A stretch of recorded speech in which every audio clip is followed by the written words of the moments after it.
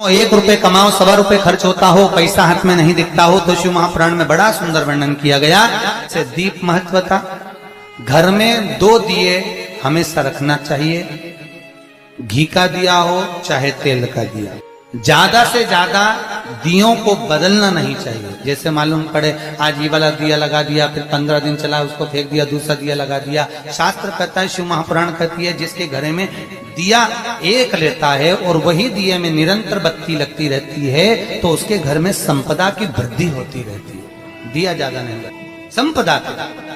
बेलपत्री के पेड़ के नीचे सोमवार के दिन किसी ब्राह्मण को यदि या ब्राह्मण के बालक को खीर का भोजन करा दिया जाए, और यदि ये भी नहीं करा सके तो सोमवार की सोमवार शाम के समय अगर बेलपत्र के पेड़ के नीचे घी का दिया लगाकर आए, 5 सोमवार लगाकर आइए, अपने आप लक्ष्मी में बरकत बनना चालू हो जाती है, संपदा बढ़ना चालू हो जाती है। क्यों? रुद्राक्ष का वृक्ष भगवान शंकर के नयन अश्रु से बना है, और बेलपत्री का वृक्ष माता पार्वती के नयन अश्रु से। इसलिए बेलपत्री के पेड़ के नीचे शाम को दिया लगाने से लक्ष्मी की प्राप्ति होती है। व्यापार नहीं चलता तो लक्ष्मी आती है, कहीं पैसा डूब गया तो लक्ष्मी प्राप्त होती है। हजारों लाखों गुना पुण्य बेलपत्री के पेड़ के नीचे की मिट्टी का शिवलिंग बनाकर पूजन करने से प्राप्त हो जाता है। हजारों लाखों गुना पुण्य।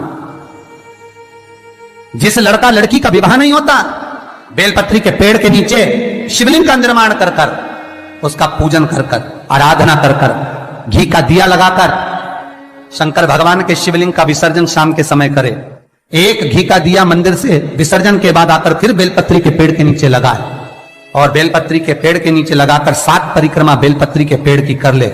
झोली पसार कर प्रणाम करके बेलपत्री के पेड़ के नीचे की मिट्टी को सिर पर लगा ले और चले जाए। 3 से 4 महीने के अंदर उसका विवाह पक्का हो जाता है। महाराज ये साधारण नहीं है। लक्ष्मी तू इसके नीचे निवास है, इस बेलपत्र के नीचे तेरा निवास है, तू यहां रहे। पहले भी कथाओं में करा है, कैसी भी रोग हो, कैसी भी बीमारी हो, बस निवेदन इतना है, अगर ज्यादा बीमारी घेर कर रखी है, 1 लोटा पानी, कलश में जल, थोड़ा दूध, और जो व्यक्ति बीमार है उसका वस्त्र उस लोटे को छूला, 1 बेलपत्र उसमें पटक दो, और शंकर भगवान पर, शिवलिंग पर, कोई भी शिवलिंग जो मंदिर में हो, चाहे वो गुप्तेश्वर शिवलिंग हो, कुबेरेश्वर हो, महेश्वर हो, बटकेश्वर हो, पिपलेश्वर हो, नर्मदेश्वर हो, सोमेश्वर हो, नागेश्वर हो, धनेश्वर हो, हरीश्वर हो, कोई भी शिवलिंग जो आपके नजदीक में हो, जो मंदिर आपके पास में, 1 लोटा पानी ले जाकर जो बीमार है उसके नाम से नाम और गोत्र बोलकर शंकर को समर्पित कर दो। महाराज मुझे पूर्ण विश्वास है मेरे शिव पर आराम लग जाएगा। लगभग आधा घंटा, 1 घंटा, 2 घंटा। शंकर को 12 महीने शिवरात्रि आती है, हर महीने शिवरात्रि आती है। किसी भी महीने की शिवरात्रि को यमुना का जल और गंगा का जल दोनों एक साथ जब चढ़ाते हैं तो मनुष्य की मनोकामना 3 महीने के अंदर पूरी हो जाती है। महाराज 3 माह। इसलिए आज भी लोग मानसी गंगा के तट पर जो चकलेश्वर महादेव हैं, उनको जल चढ़ाने के लिए यमुना जी का जल कावड़ में भर कर ले जाते हैं। कावड़ कहां लेकर जाते हैं? चकलेश्वर महादेव पर। यमुना मथुरा से जल गोवर्धन लेकर जाते हैं चकलेश्वर महादेव, चकलेश्वर महादेव यमुना का जल लेकर जाए। शास्त्र कहता है, मानसी गंगा के तट पर, गिरि गोवर्धन जी की परिक्रमा में जो मानसी गंगा पड़ती है, मानसी गंगा के तट पर चकलेश्वर महादेव विराजमान है। यमुना जी का जल भरकर जो प्रदोष के दिन चकलेश्वर महादेव को 3 बेलपत्र, 1 शमी का पत्र उसमें कलश में डालकर, 7 चावल के दाने उसमें डालकर, जिस व्यक्ति से पैसा लेना हो वो नहीं दे रहा हो, रुपया अड़ गया हो, कहीं व्यापार में डूब गया हो, धन नहीं आ रहा हो, वो जल जो शंकर जी को, चकलेश्वर महादेव को समर्पित कर देता है, उसका धन गया हुआ 6 महीने के अंदर उसके पास वापस प्राप्त हो जाता है। चकलेश्वर महादेव। मैं फिर निवेदन करूंगा, जीवन में अगर दुख है, तकलीफ है, कष्ट है ज्यादा, तो शमी वृक्ष की 108 पत्तियां, 133 पत्तियां, 111 पत्तियां, शमी वृक्ष की पत्तियों को लो, शंकर भगवान पर समर्पित करो, फिर जल चढ़ाओ, फिर समर्पित करो, फिर जल चढ़ाओ, फिर समर्पित करो, फिर जल चढ़ाओ। 133, 111 122 जितनी बार बन सके समर्पित कर कर आपका दुख शिव से कहो, शंकर सुख देगा, ये पक्का सुख देगा। कई लोग कहते हैं भगवान शंकर को भांग प्रिय है। शिवरात्रि के दिन लोग रात भर भांग घोट घोट के शंकर भगवान का नाम ले लेके खूब पीते और बदनामी मेरे भोलेनाथ की करते कि शंकर जी का प्रसाद है। जितने लोग कहते हैं कि शंकर को भांग प्रिय है, कहीं एक जगह पर शिव महापुराण में लिखा हुआ बता दो कि शंकर को भांग प्रिय है, कहीं एक जगह पर। और शिव पुराण जाने दो तो लिंग पुराण के अंदर बता दो, कहीं पद्म पुराण में, अग्नि पुराण में, नर्मदा पुराण में, भविष्य पुराण में, नारद पुराण में, बराह पुराण में, जहां तुमको मिल जाए वहां लिखा हुआ बता दो कि शंकर को भांग प्रिय है। तो फिर क्यों देवता का नाम बदनाम करना?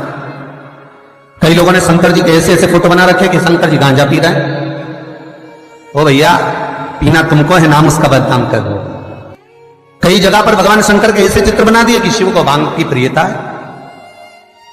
बेलपत्र यदि लक्ष्मी प्रदान कर रहा है, बेलपत्र यदि आपको संपदा प्रदान कर रहा है, तो शमी पत्र आपको वैभव प्रदान कर रहा है। शमी पत्र आपके जीवन में सुख का अनुभव करा रहा है। शमी पत्र आपके जीवन में अटके हुए काम को सिद्ध करा रहा है। वैभव, कार्य सिद्धि, सुख, ये शमी पत्र प्रदान करता है। इसीलिए बेलपत्र तो केवल भगवान शंकर को चढ़ती है, बेलपत्र गणेश जी को चढ़ती है, देवी को बेलपत्र, और शमी पत्र एक ऐसा पत्र होता है, 33 कोटि देवता शमी पत्र को पाने के लिए, 33 कोटि देवता शमी पत्र के सुख का आनंद पाते हैं। ऐसा 33 कोटि देवता। शमी का पौधा कब भगवान शंकर के शरीर से प्रकट हुआ? बेलपत्री का पौधा तो माता पार्वती के नैन अश्रु से प्रकट हुआ। रुद्राक्ष का पौधा भगवान शंकर के नैन अश्रु से प्रकट हुआ। और शमी का जो पौधा है वो उमा और महेश, प्रदीप जी की ऐसी और जब माता पार्वती का एक अवतार हुआ था उमा अवतार, और सब्सक्राइब करें। जब माता पार्वती उमा अवतार लेकर प्रकटी थी तब भगवान शंकर महेश्वर बनकर प्रकटे थे। और उमा और महेश्वर का जब मिलन हुआ और मिलन होने पर दोनों की दृष्टि एक जगह पर पड़ी, पड़ने पर एक पौधा उत्पन्न हुआ, वो शमी का पौधा है महाराज। शिव महापुराण में वर्णन करा स्वयं शंकर से, स्वयं शंकर भी सम्मुख में है। और अगर शिवलिंग की आप आराधना कर रहे हो, भगवान शंकर की अगर आप आराधना कर रहे हो, तो शिवलिंग की महत्वता पूर्णता में होगी महाराज। क्यों? शंकर मिलने आएंगे तो अकेले हैं, पर शिवलिंग की आप आराधना कर रहे हो तो ब्रह्मा, विष्णु और महेश, ये तीनों उसी में है। एक शिवलिंग में आपको पहले भी कहा है कि शंकर का शिवलिंग जो होता है, उस शिवलिंग में नीचे का भाग ब्रह्मा है, मध्य का भाग विष्णु है और ऊपर का भाग शिव है।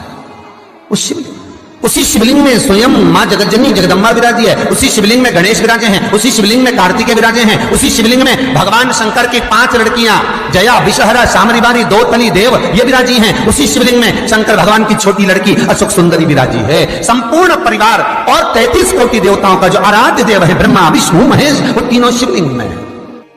ये पूरे भूमंडल पर, ये पूरी पृथ्वी पर शंकर जी की बड़ी बड़ी मूर्तियां नहीं मिलेंगी मंदिर के अंदर। राम जी की मूर्ति मिलेगी, भगवान कृष्ण की मूर्त मिलेगी, जगदम्बा दुर्गा भवानी की मूर्त मिलेगी, दत्त भगवान की मूर्त मिलेगी, शनि महाराज की मूर्ति मिलेगी, नरसिंह भगवान की मूर्ति मिलेगी, पर भगवान शंकर की कोई मूर्त मंदिर के अंदर नहीं। शंकर का शिवलिंग मंदिर के अंदर मिलेगा। क्यों? क्योंकि शंकर कहते हैं मेरे लिए ब्रह्मा, विष्णु, सारे देव मेरे अपने हैं, मैं इनको छोड़ नहीं सकता, वो मुझ में रमे। पार्वती मैया कहती है भोलेनाथ में समा। दुनिया के लोग कहते हैं, मेरे पास में अभी कुछ समय पहले नारद जी आए थे, नारद जी ने कहा क्यों उस भंगेड़ी से शादी करते हो, क्यों उस गंजेड़ी से शादी करते हो, तो क्या आप भांग खाते हो, क्या आप भांग खाते हो? शंकर भगवान बोले नहीं पार्वती, दुनिया खाती है, मुझे तो भोग लगाती है, तो तुम कुछ बोलते क्यों नहीं हो? कि दुनिया के लोग तुम्हारे सामने भांग रख देते हैं और तुम कुछ बोलते नहीं। अरे पार्वती क्या बताऊं, समुद्र मंथन में जब विष निकला, उस विष को मैंने पिया, पीने के बाद मेरे मुख से कुछ बूंदे जमीन पर गिर गईं। कैलाश पर्वत पर बूंदे गिरी, सांप और बिच्छू ने ले ली, कुछ बूंदे जमीन पर गिर गई, जिससे पौधा उत्पन्न हो गया भांग का। कोई दर्शन करने कैलाश पर आ गया, भांग लगी हुई देखी तो काट काट के ले गया, मेरे चरणों में पड़ी थी तो सोचा प्रसाद होगा, ले गया, घोट घोट के मेरे को भी पिलाए, खुद भी पी जा। पर मुझे भांग प्रिय नहीं है। पार्वती, मुझे भांग की प्रियता नहीं है। पार्वती, मैं क्यों नशा करूंगा? तो पार्वती बोलती है, दुनिया के लोग कहते हैं आप तो नशेले हो। भगवान शंकर बोले, हाँ नशा तो करता हूं, पर किसका? राम नाम और कृष्ण नाम। शंकर जी की कथा कहती है कि भांग घोट के, भांग पीस कर शंकर का श्रृंगार करो। क्यों? क्योंकि शंकर भगवान के कंठ पर जो विष भरा हुआ है, उस विष की तपन बहुत ज्यादा है। उस तपन को भांग का जो लेपन है, भांग का जो श्रृंगार है, वो ठंडक देता है। पर शिव महापुराण की कथा यह नहीं कहती कि तुम घोट घोट के पी जाओ। शंकर भगवान की जो जलाधारी है, बस उस जलाधारी का मुख उत्तर का होना चाहिए। घर में भी अगर शंकर भगवान का शिवलिंग रखते हैं अपन, तो शंकर जी की जो जलाधारी का मुख होता है, वो उत्तर का होना चाहिए। भगवान को जब भी बेलपत्र आप शिवलिंग पर समर्पित करते हैं, तो ये डंडी का मुख आप जहां बैठकर कर रहे हो, आप उधर बैठे हो, इधर बैठे हो, इधर बैठे हो, जहां तुम भगवान शंकर के सामने बैठे हो, इस डंडी का मुख, तुम जिस जगह पर बैठकर बेलपत्र समर्पित कर रहे हो, तुम जिस जगह बैठकर बेलपत्र चढ़ा रहे हो, तुम जिस जगह बैठकर बेलपत्र को भगवान शिव को समर्पित कर रहे हो, इस डंडी का मुख आपके ठीक विपरीतता के भाव में होना चाहिए। भगवान शंकर को जहां बैठकर चढ़ाओ, डंडी का मुख विपरीतता का। महाराज, जब शमी पत्र भगवान शंकर को समर्पित करो, तो शमी पत्र की डंडी का भाग आपकी ओर होना चाहिए। बेलपत्र की डंडी विपरीता भाव और शमी पत्र की डंडी का भाव, शमी पत्र की जो डंडी होती है उसका भाग अपनी ओर हो।